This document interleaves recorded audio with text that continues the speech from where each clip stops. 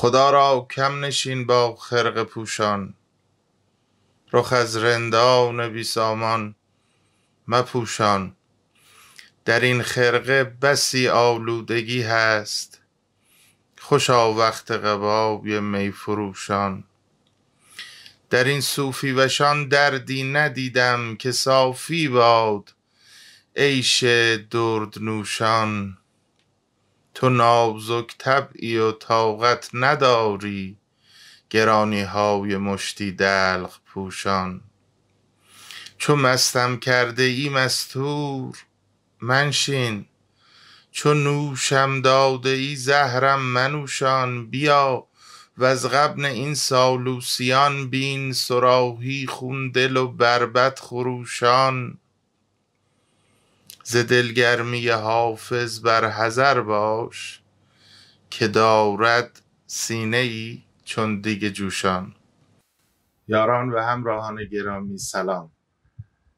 خوشوقت و خوشحالم که در این کوتاه زمانی که مهمان شما نازنینان هستم تونسته باشم ناقل و قصه گوی کوچکی باشم از پهنه بیکران فرهنگ و ادب پارسی، که در این سنگین دلی و سخت زمانی روزگار شنیدن و خوندن اونها مرهمی باشه بر آلام همه ما و قدری از این خستگی های روزگار رو از تن ما به در بیاره، که این گنجینه توان این کار رو داره و بسیار ارزشمنده، ولی متاسفانه در روزگار اخیر کمتر بهش توجه میکنیم و به ورطه فراموشی داریم میسپاریمش.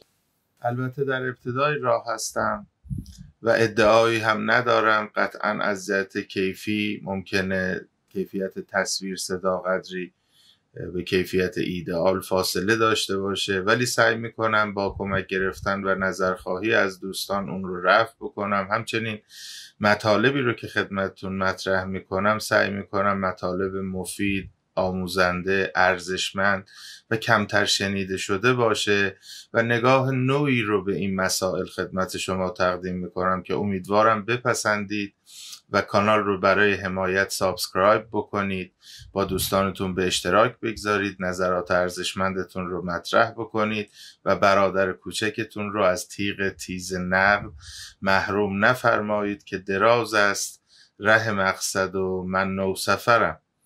قصدم از تأسیس این پنجره در منظر چشمان نازنین شما این بود که بیان کنم از عقاید و نظرات خودم رو به اعتبار حالا سالهای مطالعاتی که در این زمینه داشتم و تجربه ناچیزی که به دست آوردم هم در معرض نقد عزیزان بگذارم، هم مطالبی رو که به دست آوردم از باب نشر اون به عنوان زکات علم خدمتتون تقدیم بکنم. غرض نقشی است که از ما باز ماند که هستی را نمیبینم بقایی.